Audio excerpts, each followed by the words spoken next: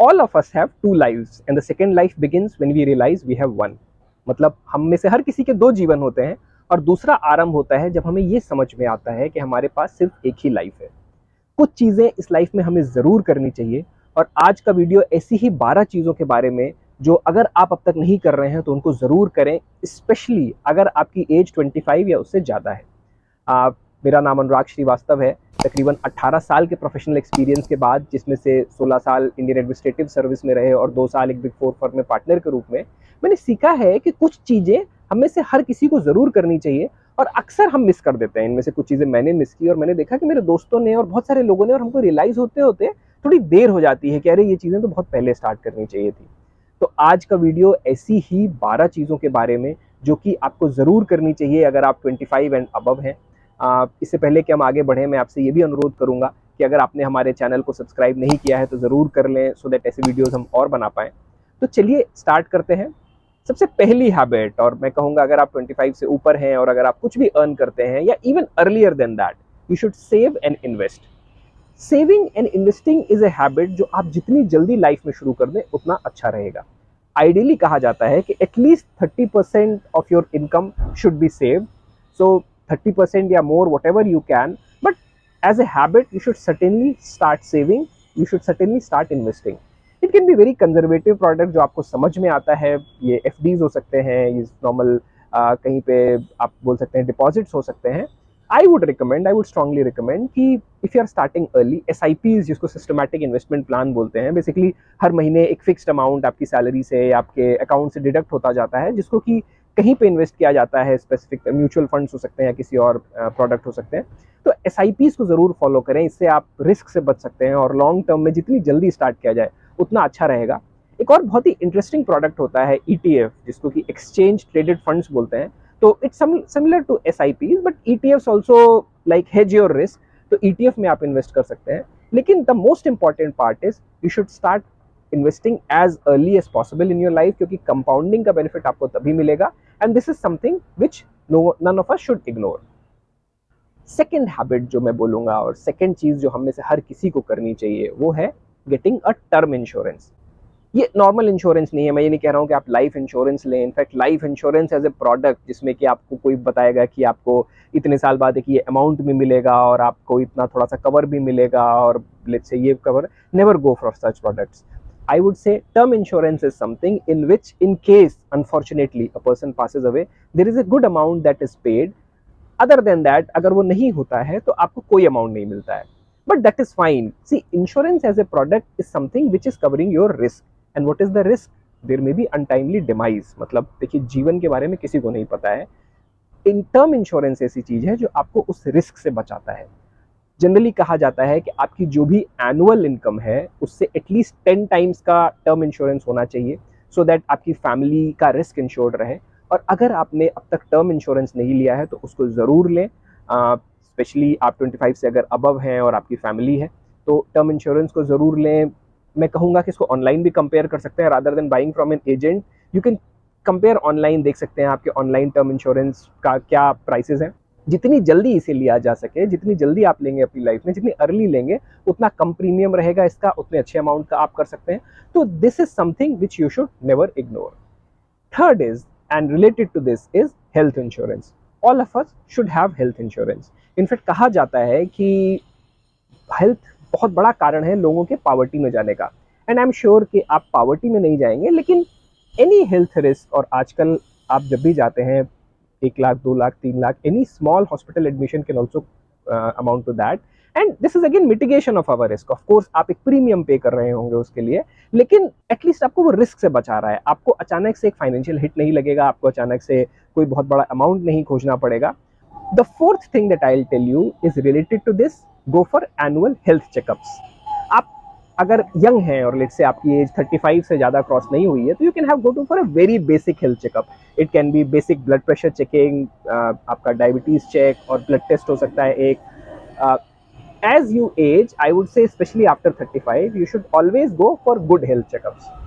Life is precious, और जितना early हम डिटेक्शन कर सकें, और ये बिल्कुल बात नहीं है कि देयर इज समथिंग रॉन्ग या कोई प्रॉब्लम है तब ऐसा जाना चाहिए, लेकिन prevention is better than cure.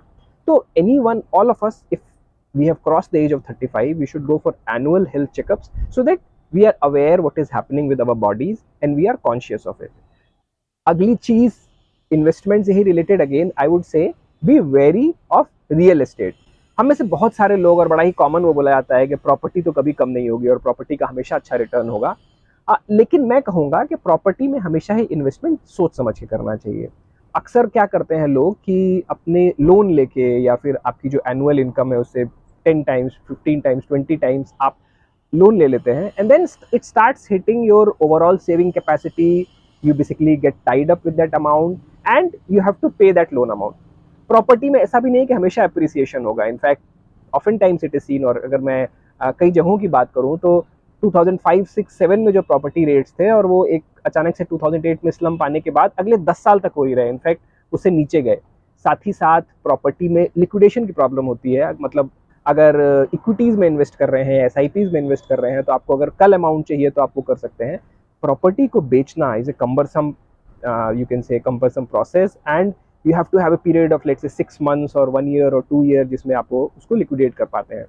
ये भी कहा जाता है कि आपका ओवरऑल जो रिसोर्स बास्केट है, आपके पास जो आपका लेट्स से ओवरऑल आपकी वेल्थ है, उसका 20 से 30% से ज़्यादा आपका प्रॉपर्टी में इन्वेस्टेड नहीं होना चाहिए। इनफैक्ट ये कहा जाता है कि इंडियन रियल एस्टेट मार्केट काफ़ी ओवर वैल्यूड है, और यहाँ पे जो आप कह सकते हैं कि प्राइसेस हैं they are extreme very high. In fact ये हम जरूर सुनते हैं कि किसी का पैसा अचानक से 10 टाइम्स हो गया, 20 टाइम्स हो गया, but I would say more often than not these are anecdotal stories. अगर आप same amount of money markets में रखते हैं, शेयर मार्केट में रखते हैं या किसी और प्रोडक्ट में रखते हैं, so there is a good chance that you may get equivalent और एटलीस्ट इवन मोर रिटर्न्स, या इवन अगर कम भी मिलता है तो भी प्रॉपर्टी में इन्वेस्टमेंट आपको अपनी कैपेबिलिटी के हिसाब से सोच समझ के करना चाहिए। अगली चीज़ जो कि अक्सर इग्नोर होती है वो है take your mental health seriously. हम सब हेल्थ चेकअप्स पे जाते हैं, अपनी बॉडी का ख्याल रखते हैं, लेकिन एक बात याद रखिएगा कि आपके लाइफ में आपकी मेंटल हेल्थ भी बहुत इंपॉर्टेंट रहेगी। तो पूरी तरह से कोशिश करिए कि आपकी और आपके परिवार की मेंटल हेल्थ ठीक है और आप अपने मन को नरिश कर रहे हैं, पॉजिटिविटी से भर रहे हैं, और थोड़ा सा ध्यान रख रहे हैं कि there is nothing that you should be worried about or concerned about, and you are taking proper care of your mind. In fact मैं ये कहूँगा कि अगर मेडिटेशन करना है या जर्नलिंग करनी है, ऐसी हैबिट्स को अपनाएं जो कि मेंटल हेल्थ को अच्छा रखने में बहुत मदद करती हैं। अगर ज़रूरत पड़े तो I would also say it's perfectly fine, meet a professional और अ काउंसलर और अ थेरेपिस्ट। चैट जीपीटी जो आप सब लोग यूज़ करते होंगे, आप उससे बात करने की कोशिश कर सकते हैं। मैंने देखा है कि अगर मेरे मन में कभी कोई संशय होता है और मैं चैट जीपीटी से बात करने की कोशिश करता हूँ, it gives perfectly sane advice, and if needed always take help of professionals, लेकिन take your mental health seriously. Now let us come to the next point, you should build your relationship with time. दुनिया में सबसे precious resource जो है वो है समय। समय कभी वापस नहीं आता है और उसकी कोई कीमत भी नहीं हो सकती है। हमेशा अपने समय को वैल्यू करें, हमेशा मेजर करें कि आप क्या कर रहे हैं, आपका आउटपुट कैसा है, आप उसमें क्या गेन कर रहे हैं, अपने मित्रों के साथ, अपने परिवार के साथ उस समय को कैसे व्यतीत कर रहे हैं, अपने प्रोफेशन में उस समय कैसे इन्वेस्ट कर रहे हैं। So always value your time, try to plan your things, try to plan your time. बहुत ध्यान रखें कि आप अपने समय का कैसे उपयोग करते हैं। इसके बाद जो मैं पॉइंट बताऊंगा वो है हमेशा अपने आप को अपस्किल करें। आप में से बहुत सारे लोगों की कॉलेज डिग्रीज हो गई होंगी, आप कहीं काम कर रहे हैं, आप कोई और चीज़ कर रहे हैं, लेकिन अपस्किलिंग इज नॉट समथिंग। देखिए, जब हमें पढ़ना था, जब हमें एक डिग्री लेनी थी, दैट वाज अ प्रोजेक्ट, वो हमें ज़रूर करना था, लेकिन उसके बाद की पढ़ाई, उसके बाद की स्किलिंग तो जॉब है। आपको जो पसंद है, आप जिस चीज़ में इंटरेस्टेड हैं, आप उसके बारे में जान सकते हैं। लेकिन मैं ये कहूँगा कि एक तो हमेशा ये हमें नरिश करता है। फॉर एग्जाम्पल पोइट्री, तो मुझे उर्दू पोइट्री पसंद है। रेख्ता एक वेबसाइट है जो आप में से बहुत सारे लोग फॉलो भी करते होंगे, मैं उस पर जाता हूँ। उस पर कुछ ऑनलाइन उर्दू के कोर्सेज हैं, उर्दू पोइट्री के बारे में, पोइट्री को कैसे अप्रिशिएट करते हैं, उसके क्या न्यूएंसेस होते हैं। तो apart from different things that I do, I have done those as well. हमेशा अपने आप को अपस्किल करते रहिए। पहला, ये आपको नरिश करेगा, एंड दूसरा, जैसे जैसे आप एज में आगे बढ़ेंगे, जैसे जैसे जीवन में आगे बढ़ेंगे, हो सकता है कि किसी समय में आप कुछ और करना चाहें जो कि आप रेगुलर प्रोफेशन में अपने कर रहे हैं, and then these things will help you. अगली चीज जिसके बारे में मैं बात करूंगा वो है हमेशा always have an emergency liquid fund. पैसों की जरूरत हम में से किसी को भी कभी भी पड़ सकती है, और इमरजेंसी किसी से पूछ के बता के नहीं आती है। तो हमेशा अपनी लाइफ में आपके जो एक्सपेंसेस हैं उसके 3 से 6 महीने का अमाउंट जो आपको लगता है खर्च हो सकता है, वो एक इमरजेंसी फंड में हमेशा अवेलेबल होना चाहिए। Next and very important thing, और मैं पर्सनली बोलूँगा कि ये चीज़ मैंने धीरे धीरे जीवन में बहुत बाद में सीखी, watch what you eat. Fitness में, और हम सब एक्सरसाइज करते हैं, हेल्थ चेकअप की हमने बात की, डिफरेंट चीज़ों के बारे में बात की, लेकिन बहुत ही अंडररेटेड चीज़ जो होती है और धीरे धीरे हम बहुत बाद में अप्रिशिएट करना सीखते हैं, वो है कि always watch what you eat. हम क्या खा रहे हैं ये हमारी हेल्थ को बहुत अच्छे से डिटरमाइन करता है। इनफैक्ट फिटनेस के बारे में कहा जाता है, वेट लॉस के बारे में कहा जाता है कि 70% of it is what you eat and 30% of that is exercise. तो हमेशा बैलेंस डाइट लें, न्यूट्रिशियस डाइट लें, फ्रूट्स हैं, वेजिटेबल्स हैं, क्या आप नट्स और मिनरल्स को इंक्लूड कर रहे हैं। मैंने अभी रिसेंटली डिस्कवर किया कि there is something called whey protein. अगर आप जिम करते हैं तो वे प्रोटीन को रिकमेंड किया जाता है। But always be very cautious what you are eating, because जैसे जैसे आप एज करेंगे it will impact your life much more. Next चीज़ जिसके बारे में मैं बात करूंगा वो है प्रिजर्व योर मेमोरीज। धीरे धीरे जीवन में क्या होता है कि हमारी जो पिक्चर्स हैं, लेट से कुछ निशानियां होंगी, कुछ आपको गिफ्ट मिले होंगे, कुछ प्राइजेस मिले होंगे, कुछ दोस्तों के साथ मेमोरीज होंगी, कुछ प्रोफेशनल मेमोरीज होंगी, धीरे धीरे जीवन में ये खोती जाती हैं। आज की लाइफ में जहाँ पे सब कुछ आप क्लाउड पे रख सकते हैं, सारा डेटा सेव किया जा सकता है, मैं कहूँगा थोड़ा सा ऑर्गेनाइज करते रहना चाहिए। लेट से जब हम 30-35 के होते हैं तब हम उसको रियलाइज नहीं करते हैं, लेकिन जब आप 70-80 की एज पे पहुंचेंगे तब आपको वो चीज़ें बहुत प्रेशियस लगेंगी और तब हमें लगेगा कि अरे ज़रा सा अगर एफर्ट किया होता तो हम अपनी मेमोरीज को प्रिजर्व कर पाते। अगर मैं अपनी पर्सनल एग्जाम्पल से बोलूँ तो मेरे पेरेंट्स की 50th एनिवर्सरी थी और उसके लिए मैं एक फ़ोटो का कॉलाज बना रहा था। तब मुझे रियलाइज़ हुआ कि कितनी कशमकश करनी पड़ती है उन पुराने फ़ोटो एल्बम्स को निकालने में, उन फ़ोटोज़ को खोजने में, देखने में कि वो कहाँ पे स्टोर्ड है। वेयरएज़ अगर हम पहले से थोड़ा सा ध्यान रखें इनको ऑर्गेनाइज़ करने का, सही से कलेक्ट करने का, सही से ऐसी जगह पे स्टोर करने का कि ये हम नहीं खोएं, तो मैं कहूँगा ये बहुत ही हेल्पफुल होता है। मैं अब क्या करता हूँ कि मैंने गूगल ड्राइव का एक सब्सक्रिप्शन ले रखा है और मैं अपना सारा डेटा अब ड्राइव में रख रहा हूँ, सो दैट ये डेटा भले ही आपका डिवाइस खो सकता है, आपके घर से चीज़ें मिसप्लेस हो सकती हैं, लेकिन क्लाउड से चीज़ें कभी नहीं जाएंगी। So always try to preserve these memories. Now I come to the last and most important point. All of us should realize and keep reminding ourselves that our time is finite in this world. हम में से कोई भी अनंत काल तक का समय लेके नहीं आया है। अपने आप को हमेशा याद दिलाइए कि आपका समय इस जीवन में फाइनाइट है।